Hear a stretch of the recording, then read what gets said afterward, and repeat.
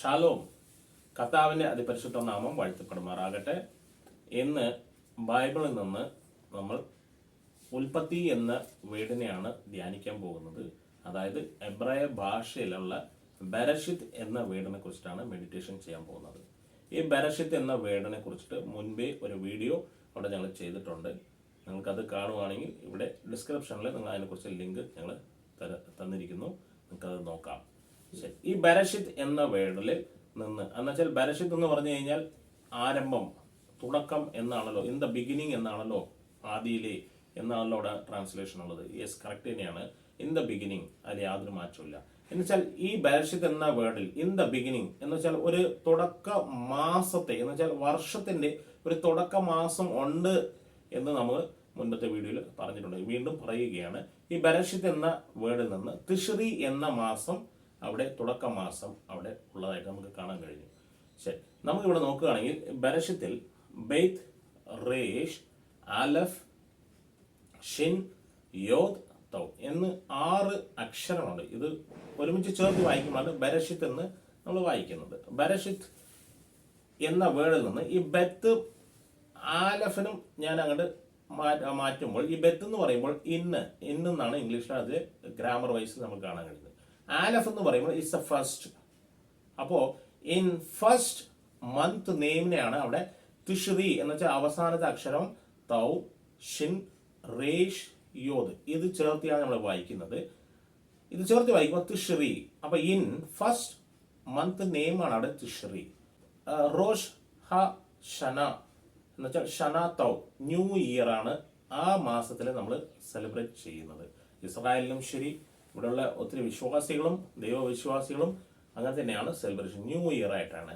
അപ്പൊ new year എന്ന് പറയുമ്പോൾ നമ്മളുടെ ഉള്ളിൽ ഒരു ചോദ്യം, ഒത്തിരി പേർക്ക് ബൈബിളിൽ നല്ല മുതിർന്നവരായിട്ടുള്ളത് കൊണ്ട് ചോദ്യങ്ങൾ വരും. എന്നാൽ എക്സോഡസിൽ 12:1 ഇപ്രകാരമാണല്ലോ പറഞ്ഞിരിക്കുന്നത്.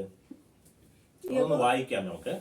യഹോവ മോശയോടും അഹരോനോടും മിസ്രയീം ദേശത്ത് വെച്ച് അരുളി ചെയ്തത് എന്തെന്നാൽ, ഈ മാസം നിങ്ങൾക്ക് മാസങ്ങളുടെ ആരംഭമായി ആണ്ടിൽ 1-ാം മാസം ആയിരിക്കണം.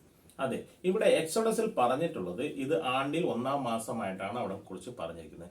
ആ മാസത്തിലാണ് 10-ാം തീയതി ഓരോ കുടുംബവും ഓരോ ആട്ടിൻ കുഞ്ഞിനെ എന്ന് വെച്ചാൽ ആട്ടുകുട്ടീനെ നമ്മൾ കണ്ടെത്തണം എന്നാണ് പറയുന്നത്. 14-ാം തീയതി അത് ബലിയായിട്ട് അർപ്പിക്കണം. അതിനെ പെസഹ തിരുനാൾ എന്നാണ് പറയുന്നത്. എന്ന് വെച്ചാൽ പസ്ക തിരുനാൾ എന്ന് പറയുന്നുണ്ട്. ഈ പെസഹ തിരുനാളിന് വേണ്ടിയിട്ടാണ് അവിടെ ഈ 1-ാം മാസം. അപ്പൊ അതാണല്ലോ 1-ാം മാസം എന്നുള്ള കാര്യങ്ങൾ നമുക്ക് തോന്നൽ വരും. എന്നാലും അവിടെ പറഞ്ഞിട്ടുള്ളത് ശരി തന്നെയാണ്. എന്നുവെച്ചാൽ ഇവിടെ പെസഹ തിരുനാളിൽ കർത്താവ് പറഞ്ഞതുപോലെ, എന്നുവെച്ചാൽ യഹോവ ദൈവം, പിതാവായ ദൈവം പറഞ്ഞതുപോലെ പെസഹ തിരുനാൾ എന്ന് പറയുമ്പോൾ ആ മാസം 1-ാം മാസം തന്നെയാണ്. ഭൂമിയിൽ നിന്ന് നമ്മുടെ പാപ പരിഹാരത്തിനായിട്ട് നമുക്ക് അവിടെ 1-ാം മാസമായിട്ട് എന്ന് വെച്ചാൽ ദൈവത്തിന്റെ പരിശുദ്ധ കുഞ്ഞാട് അവിടെ നമുക്കായി ബലി ആകുന്ന ഒരു കാര്യം. ആ ബലി മുഖേനയാണ് നമുക്ക് പാപത്തിൽ നിന്ന് മോചനം ലഭിച്ചത്. അത് പാപത്തിൽ നിന്ന് മോചനം ലഭിക്കുന്ന 1-ാം മാസമായിട്ട് അവിടെ നമുക്ക് തന്നു. ഈ പാപത്തിൽ നിന്ന് മോചനം ലഭിച്ചു കഴിഞ്ഞു. അപ്പൊ നമ്മൾ വീണ്ടും അടുത്തത് എന്തിനാണ് ഈ കാത്തിരിക്കുന്നത് നോക്കുമ്പോൾ, വീണ്ടും മധ്യാകാശത്തിൽ നമ്മുടെ കർത്താവായ ദൈവത്തിന്റെ പുത്രനായ യോശുവ മെസ്സീഹ മധ്യാകാശത്തിൽ പ്രത്യക്ഷപ്പെടുമ്പോൾ നാം എല്ലാവരും രൂപാന്തരപ്പെടും. എന്ന് വെച്ചാൽ കാണുമ്പോൾ നമ്മളെല്ലാവരും അങ്ങോട്ട് എടുത്തുകൊള്ളപ്പെടും എന്നുള്ളൊരു കാര്യത്തിലാണ് നമ്മളെല്ലാവരും വിശ്വസിക്കുക. എന്ന് വെച്ചാൽ നമ്മളെല്ലാവരും സ്വർഗത്തിലേക്ക് പോകും എന്നുള്ള വിശ്വാസത്തിലാണ്. അപ്പോൾ അത് എപ്പോഴാണ് നോക്കുമ്പോൾ അതിനും ഒരു പുതിയ മാസം തന്നെയാണ്. അതാണ് ഇവിടെ തന്നിരിക്കുന്ന ഷനാത്തോ എന്ന് പറഞ്ഞ തിഷ്രി മന്തിന് നമുക്ക് തന്നിരിക്കുന്നത്. ഒത്തിരി ഇസ്രായേൽ ജനങ്ങളും ഒത്തിരി വിശ്വാസികളും അവിടെ അനുസരിക്കുന്നത്. ഇത് അപ്പോയിന്റഡ് ടൈം ആയിട്ടാണ് നമുക്ക് തന്നിരിക്കുന്നത്. ദൈവം നിയമിച്ചിട്ടുള്ള സമയമായിട്ടാണ് കർത്താവ്, അതായത് പിതാവായ ദൈവം നമുക്ക് തന്നിരിക്കുന്നത്. ഈ സമയത്താണ് തിഷ്രി 1-ാം തീയതി അവിടെ കാഹളം ധ്വനിക്കുന്നതും 10-ാം തീയതി പാവ നിവർത്തി നാളായിട്ടും 15-ാം തീയതി കൂടാര പെരുന്നാളായിട്ടും 8-ാം ദിവസം മഹാപെരുന്നാളായിട്ടാണ് അവിടെ കാണുന്നത്. സോ ഈ ബെരഷിത്ത് എന്ന വേർഡിൽ ഈ തിഷ്രി മന്തിനെ കുറിച്ച് കണ്ടു. കർത്താവ് നമ്മളെ എന്ന് വെച്ചാൽ ദൈവപുത്രൻ യഹോശുവ മെസ്സീഹ നമ്മളെ വിളിക്കുന്നതായിട്ടും ജീവജലം എന്ന് വെച്ചാൽ ജീവനദി നമ്മളുടെ ഉള്ളിൽ, അത് നമ്മളുടെ ഉള്ളിലൂടെ ഒഴുകും എന്നുള്ള കാര്യത്തിനെ കുറിച്ചിട്ടും അവിടെ പറഞ്ഞിട്ടുണ്ട്. ആ വചനത്തെയാണ് നമ്മളിപ്പോൾ വായിക്കാൻ പോകുന്നത്. അതിനു മുൻപായിട്ട് ഈ ബെത്തും ആലഫും സെപ്പറേറ്റ് അക്ഷരമാണായിട്ടാണല്ലോ നമ്മൾ കണ്ടത്. ഈ ബെത്തും ആലഫും സെപ്പറേറ്റ് അക്ഷരമായിട്ടാണ് നമ്മളിവിടെ കണ്ടത്. ഈ ബെത്തും ആലഫും ചേർത്ത് വയ്ക്കുമ്പോൾ ഒരു വേർഡ് ലഭിക്കുന്നു. ആ വേർഡിന്റെ പേരാണ് ബോ. പ്രൊനൗൺസിയേഷൻ ആയിട്ട് ബോ അല്ലെങ്കിൽ ബാ എന്ന് നമുക്ക് പറയാം. ബോ എന്ന് പറഞ്ഞു കഴിഞ്ഞാൽ കം എന്ന അർത്ഥമാണ്. അതേസമയം ടു ഗോ എന്ന അർത്ഥം എന്ന് വെച്ചാൽ കടന്നു പോകൂ. അബ്രഹാം കടന്നു പോയല്ലോ, ഈ ദേശം വിട്ട് വേറെ ദേശത്തിലേക്ക് പോകാൻ വേണ്ടി പറയുന്നുള്ളൂ. അതുപോലെ ബോ എന്ന് പറയുമ്പോൾ ഗോ എന്നുള്ള അർത്ഥമാണ്. അതേ നേരത്ത് കം എന്ന അർത്ഥം കൂടി അവിടെ ഉണ്ട്. അതിനെ ബാ എന്ന് പറഞ്ഞാലും കം എന്ന അർത്ഥം തന്നെയാണ്. ഈ ബെത്തും ആലഫും ചേർത്ത് നമ്മൾ ഇവിടെ ഉപയോഗിക്കുമ്പോൾ ബാ എന്ന് ഉപയോഗിക്കുന്നു. ബാ എവിടേക്കാണ് വിളിക്കുന്നത്? കർത്താവ് തിശ്രീ മന്തിലോട്ടാണ് വിളിക്കുന്നത്. എന്ന് വെച്ചാൽ കർത്താവിന്റെ സന്നിധി, കർത്താവ് എന്ന് വെച്ചാൽ പിതാവായ ദൈവം നിയമിച്ച് നമുക്ക് തന്നിട്ടുള്ള ആ സമയത്തിൽ അവിടെ വന്ന് ഇരിക്കണം എന്ന് തന്നെയാണ് പറയുന്നത്. കർത്താവിന്റെ സന്നിധിയിൽ മുട്ടുകുത്തി അപ്പോൾ നിങ്ങൾ ഉയർത്തപ്പെടുമെന്ന് വചനം പറഞ്ഞിട്ടുണ്ടല്ലോ. അപ്രകാരം തന്നെയാണ് ഇവിടെ പറഞ്ഞിരിക്കുന്നത്, ആ മാസത്തിൽ വരുവിൻ എന്ന്. അപ്പൊ ഈ ബാ എന്ന് പറയുമ്പോൾ കം, അടുത്തത് തിശ്രീ, തൗ ഷിൻ റേഷ് യോദ്, തിശ്രീ. തിശ്രീ എന്ന് പറയുമ്പോൾ എബ്രായ മാസത്തിന്റെ ആ 1-ാം മാസമാണ്, പുതുവർഷത്തിന്റെ തുടക്ക മാസമാണത്. ഇതിനെ നമ്മളുടെ കർത്താവായ ദൈവം, നമ്മുടെ രക്ഷകനായ യോശുവ പറയുന്ന ഇപ്രകാരം യോഹന്നാന്റെ 7-ാം അധ്യായം 37-ാം വചനം പറയുന്നു, ഉത്സവത്തിന്റെ മഹാദിനമായ ഒടുക്കത്തെ നാളിൽ യഹോശുവ നിന്നുകൊണ്ട് ദാഹിക്കുന്നതെല്ലാം എന്റെ അടുക്കൽ വന്ന് കുടിക്കട്ടെ. എന്നിൽ വിശ്വസിക്കുന്നതിന്റെ ഉള്ളിൽ നിന്ന് തിരുവെഴുത്ത് പറയുന്നത് പോലെ ജീവജലത്തിന്റെ നദികൾ ഒഴുകും എന്ന് വിളിച്ചു പറഞ്ഞു. ഇവിടെ ദൈവപുത്രനാണ് പറയുന്നത്, എന്നിൽ വിശ്വസിക്കുന്നവന്റെ ഉള്ളിൽ തിരുവെഴുത്ത് പറയുന്നത് പോലെ ജീവനദി ഒഴുകും എന്നാണ്. എവിടെയാ വരാൻ പറഞ്ഞത്? ഉത്സവത്തിന്റെ അവസാനത്തെ പെരുന്നാളിൽ, എന്ന് വെച്ചാൽ English translation the last great day എന്ന് തന്നെയാണ് തന്നിരിക്കുന്നത്. അപ്പോൾ കർത്താവ് പറയുന്നത് കൂടാര പെരുന്നാളിന്റെ അവസാനത്തെ ദിവസത്തിൽ അവന്റെ ഉള്ളിൽ നിന്ന് ജീവനദി ഒഴുകും എന്ന് തന്നെയാണ്. അങ്ങനെയായിട്ടാണ് നമ്മുടെ ദൈവപുത്രൻ നമുക്ക് ഇവിടെ തിരുവഴുത്തിൽ വ്യക്തമായിട്ട് അവിടെ പറഞ്ഞിരിക്കുന്നത്. അതേപോലെ തന്നെയാണ് പൗലോസ് പറയുന്ന ഒരു കാര്യം, കൊലോഷ്യൻ 2:16-ഉം 17 നമുക്ക് വായിക്കുകയാണെങ്കിൽ കുറച്ചുകൂടി നമുക്ക് മനസ്സിലാക്കാൻ കഴിയും. അതുകൊണ്ട് ഭക്ഷണപാനങ്ങൾ സംബന്ധിച്ചോ പെരുന്നാൾ, വാവ്, ശബത്ത് എന്നീ കാര്യത്തിലോ ആരും നിങ്ങളെ വിധിക്കരുത്. ഇവ വരുവാനിരുന്നവയുടെ നിഴലത്രേ, ദേഹം എന്നതോ ക്രിസ്തുവിനുള്ളത്. ഇവിടെ പൗലോസ് പറയുന്നത്, അതായത് ശബാത്ത് പറയുന്നുണ്ട്, വാവ് പറയുന്നുണ്ട്, അതുപോലെ പാനം, ഭക്ഷണം എന്ന് പറയുന്നുണ്ട്.